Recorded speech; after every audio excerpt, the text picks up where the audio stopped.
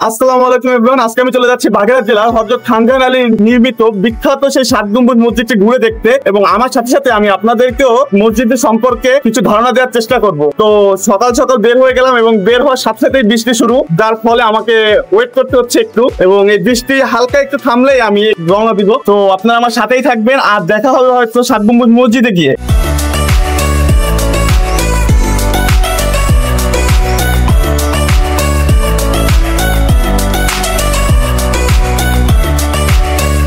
তো গাইজ, আমরা অবশেষে চলে আসলাম 7 গম্বুজ মসজিদের কাছাকাছি। একদম আমার ডান পাশে এই যে 7 গম্বুজ মসজিদ। তো চলুন ভিতরে যাওয়া যাক।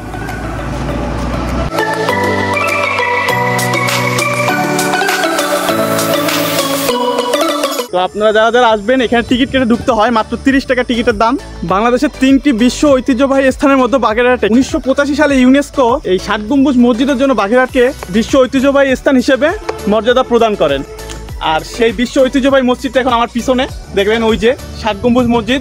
এটি 7 গম্বুজ মসজিদ নামে পরিচিতি পেলেও এর 11টি গম্বুজ 7 সারিতে 77টি, এবং মসজিদের 4 কোণে 4টি গম্বুজ অতিরিক্ত দেওয়া আছে। মোট 81টি গম্বুজ মসজিদটিতে আছে। আর এই যে হলো মসজিদের ঢোকার মেন দরজা, এবং এর বাম পাশে মসজিদটি সম্পর্কে অনেক তথ্যপত্র দেওয়া আছে। এই যে এখানে লেখা আছে বিশ্ব সাংস্কৃতিক ঐতিহ্য ঐতিহাসিক 7 গম্বুজ মসজিদ।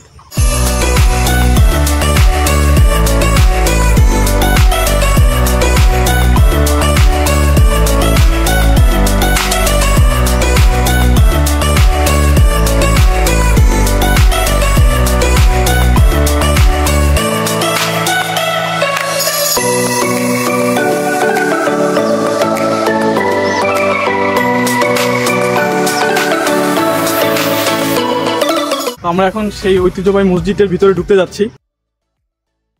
এই যে ঠিক এরকমের 7টি পাথরের পিলার আছে মসজিদটির মধ্যে, এবং এটা সম্ভব যে মসজিদটির নাম 7 স্তম্ভযুক্ত মসজিদ, কিন্তু পরে বাংলায় বিকৃত হয়ে 7 গম্বুজ মসজিদ নামে পরিচিতি লাভ করে। এবং এই মসজিদটি 7টি পিলারের উপর দাঁড়িয়ে আছে।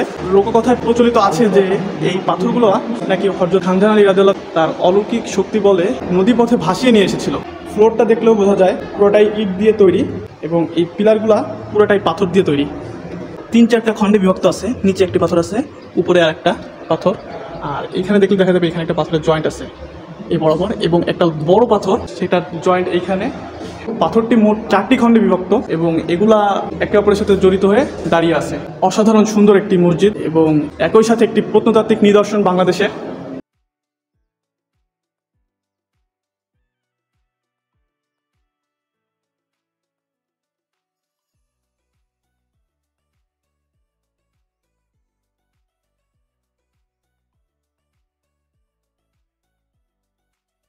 হযরত খানজাহান আলী রাদিয়াল্লাহু জন্ম হয় ভারতে, এবং তিনি বাংলাদেশের বাগেরহাট যশোর অঞ্চলে আসেন ধর্মপ্রচারের জন্য, এবং তিনি ধর্মপ্রচার করতে এসে এই বৃহৎ মসজিদটি প্রতিষ্ঠা করেছেন।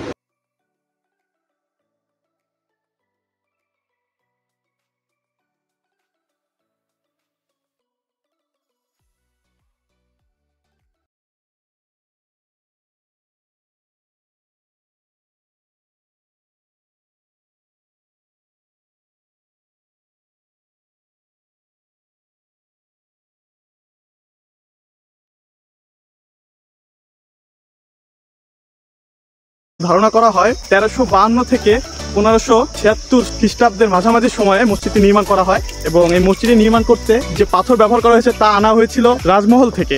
তো আমরা এখন আছি বাগেরহাট 7 গম্বুজ মসজিদের ঠিক পিছনে, এবং পিছ বরাবর পিছে আছে এখানে ঘোড়া দিঘি। তো আসুন,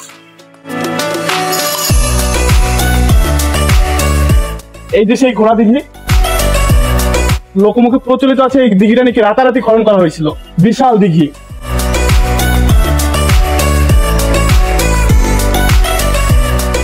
এই ঘোড়া দিঘি বা খানজেলি দিঘির পরিমাপ হলো 40 একর, প্রায় 40 একর জায়গা নিয়ে দিঘিটা খনন করা। আর ঠিক 7 গম্বুজ মসজিদের পশ্চিম পাশেই এই দিঘিটা অবস্থিত। আর দিঘির পাশ দিয়ে সুন্দর করে হাঁটা চলা করা রাস্তা করে দেওয়া হয়েছে, বসার জায়গা করে দেওয়া হয়েছে, যাতে মানুষজন এসে দেখার জন্য বসতে পারে এবং ভালোভাবে সৌন্দর্য উপভোগ করতে পারে। তো আমরা এখন দিঘির পাশ দিয়ে হেঁটে সামনের দিকে যাবো।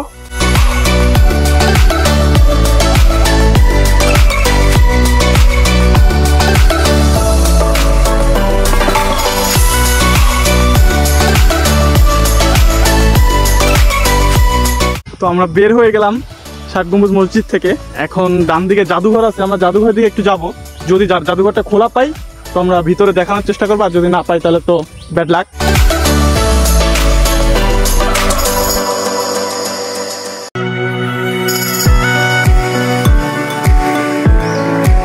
এই যে সেই জাদুঘর, সাপ্তাহিক ছুটির দিন আমরা চলে আসছি, কিচ্ছু করার নাই।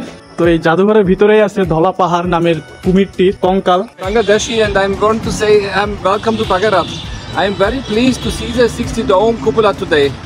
Thank you very much to all my millions of followers of Bangladesh. It's a very beautiful country. What's your name? My name is Haji Ali Fomar. My name is Haji Ali Fomar ibn Haji Abul Abbas ibn Haji Abul Gosara. Where are you from? Martyr of all Muslims in Bangladesh. Thank you. You're very welcome. Thank you so much. দেশ বিদেশ থেকে প্রতিদিন অনেক পর্যটক আসে এখানে ঘুরতে। তো খানজান আলী নির্মিত বাগেরহাট ষাট গম্বুজ মসজিদের ভিডিও এই পর্যন্ত। কি আমার ভিডিও ভালো লাগলে আপনারা অবশ্যই লাইক কমেন্ট শেয়ার করবেন এবং আমার চ্যানেলে সাবস্ক্রাইব করতে ভুলবেন না।